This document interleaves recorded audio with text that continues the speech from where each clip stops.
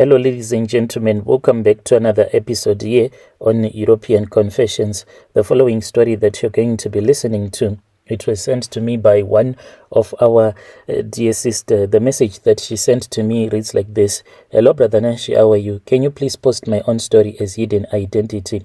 Brother Nanshi, I totally hate it when people pray. I even hate it even more, and I try to do everything in my power to stop people from praying. And I hate it when someone comes online with their problem. Then when I am reading the comments, then you see that in the comment section, people will say, you need to pray. To pray for what? I hate it when people pray. So when I got married into the family that I got married into, this family, it used to go to these traditional churches, those ones that really do not believe that the spiritual world, it is there and the demons are at work in this world. When I got into that family, I was so happy because I saw that even if we would pray, because we used to pray reading from a book, and it did not even affect me at all. Do you know that when someone prays and say, let's say, God bless our food, it can even affect me because I won't be able to place some curses on the family and to place curses on the food that they will be having, keeping in their house, because how can you curse something that has been blessed by God? Can you go into the forest? Is there anyone that is powerful enough to go into the forest and curse the trees because they have been blessed by God since the beginning of time? That is how everything works in the spiritual realm. So this is how I can manage to curse the food that will be in the house. I can even start by physically before spiritually cursing the food. If you are my friend, or even if you are my enemy, I'll be humble and I can even apologize to you so that you can think that I am so desperate to become your friend. Once you invite me into your home, that is when I'll start to bewitch you, because I can even take your millimil, and by taking your millimil from your house or anything from your house, not salt, because salt, it plays an important part in the spiritual world, so we cannot use salt to bewitch someone.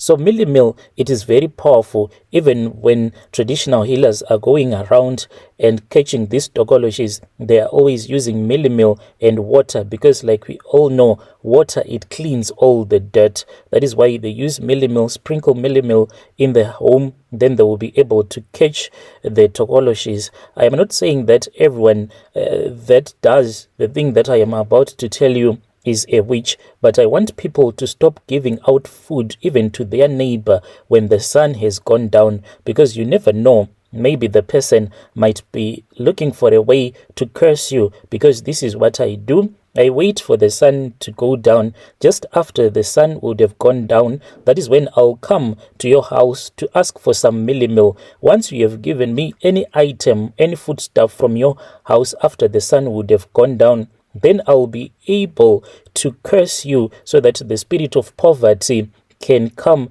into your home. And if you give me millimil or cooking oil, then I will go back to the place where I am staying. Even the pot of witchcraft that was given to me, I came with it to South Africa from Zim. So I wait until people would have gone to bed, then I'll make a fire outside, even though we have electricity at the place where we are staying. Then I'll cook some soft porridge. After I would have cooked some soft porridge, I then carry that clay pot with the soft porridge inside and some vegetables.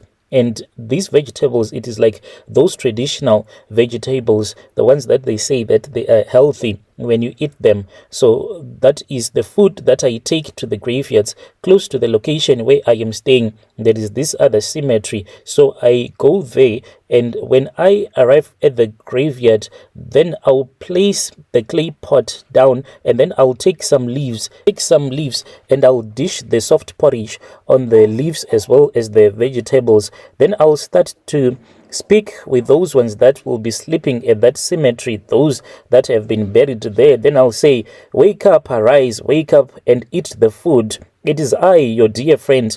I have come here and I have cooked this meal for you. Please wake up. And after the spirits would have woken up and after they would have eaten the food, then I'll say, follow me, for it is my friend who has given me this food so that I can give it to you. For my friend is holding a very big party at her house. She is inviting all the spirits, those that are hungry. Follow me and I will show you where she stays. Then I will return back to the location, and then the spirits will enter into her home, and then they will start to eat the food, so much that even if you buy like a 12.5 of millimil, you'll be surprised that the food that you would have bought, you'll be surprised that the millimil that you would have bought, it won't even last for more than a week. Have any of your listeners ever seen children that when they are eating, it is like they are mentally ill? Those kids that when they are eating, they can never say that I am now okay. They will be asking for more and for more and for more. So what will be happening is that this child will be possessed by that spirit of poverty. So when the child is eating, it is not, the child won't be eating for himself only, but he'll be eating again for the spirit of poverty. You can see even a child being dished out like a huge plate with some soft porridge, such that you will think that maybe the plate that the child will be holding, it is for him and maybe one adult, but you see that the child will finish all the soft, but you will see that the child will finish all the food that will be in that big plate. It is because the child will be possessed by the spirits that I would have invited from the cemetery. That is how I can curse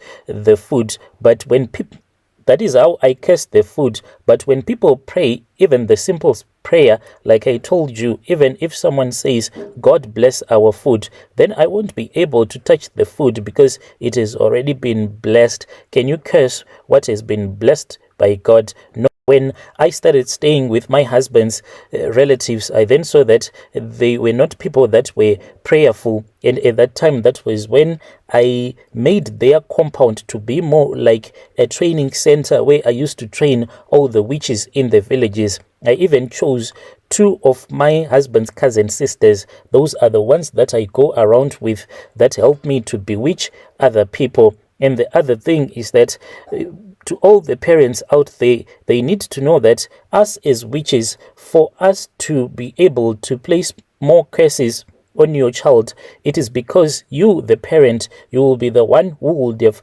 started by cursing your own child. It is far much better to bless your child, even if the child has done something wrong, than to curse, because we have cursed people that had these curses, like when a child has made a mistake, then the mother will say, you are going to become a little prostitute, and then we add more curses to make them even more stronger, and then she will become a prostitute, a thief, a murderer, an alcoholic. So that is how we curse people. And as for my in-laws, I was so happy because they were not prayerful at all. They considered some rituals from their church to be much more important than calling out the name of Jesus Christ. And I did whatever that I wanted in the family. And I made some of my husband's relatives to become witches like me. But I could not touch the food or to curse the food. Yes, there were a lot of illnesses that were happening in the family, but as for the food was always blessed because the mother made sure that before we would have eaten anything, we had to pray first. When we came to South Africa, me and my husband, I regret it even up to today, because I then told my husband to invite some of his relatives, those ones that I was bewitching so easily when they were still in Zim. When they came here, they started to go to this other church, a Pentecostal church, and now I cannot bewitch them because they are always prayerful and they are always fasting. And when one fast, then it means that their spirit will become so strong. Even if one fast for a single day throughout the year, it is far much better than the one who will not have fasted throughout the year, because their flesh will be much more stronger than their spirit. So, Brother Nashi, when I made my husband to invite his relatives to South Africa, it was like a deep. it was like a big mistake that I made, because there is one of my husband's younger brother. That one, he is staying in Mukopane. I can't even touch him. I have been trying to bewitch him like for a very long time, but no matter what I try to do, I cannot touch him because he is always praying, violently praying at all the times.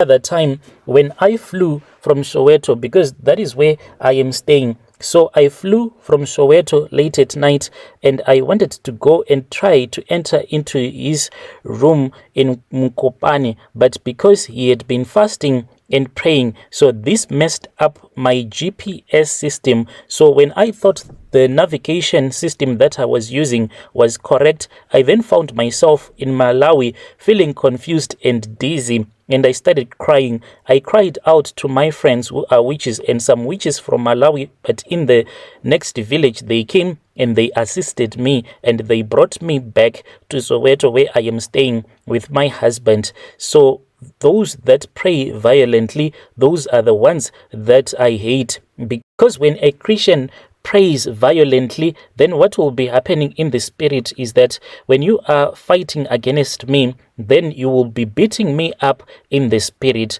So even at the place where me and my husband are staying, there was this other man who used to be a good Christian. And this man, he was a security guard. So each and every night, he would pray for hours and hours violently, such that I used to have terrible headaches each and every night when he would be praying. I had been watching his movements for a couple of months. I had written the days that he would be on his off days on my calendar in my phone. The day that he did not go to work, I also did not go to work. And when everyone had left, that was when I called him to my room, and I told him that my light was not working. So I wanted him to remove the light bulb so that I can go and buy another one. So Brother Nashi, for you to access this light bulb, you have to step on top of the bed. So he said, but I cannot climb onto the bed when you are sleeping in there. You need to get off from the bed. And at that time, I was naked, and I had rubbed some charms on my face, and I also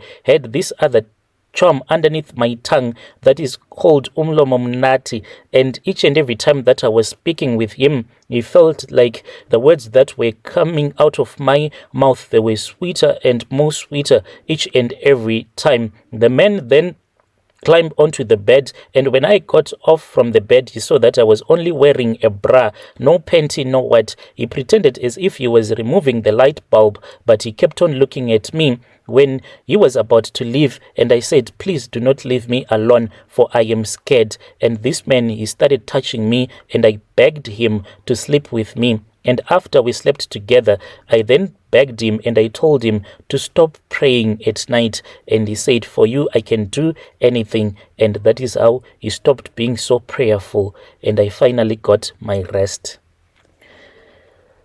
Dear listeners, right there was a message that was sent to me by one of our dear sister.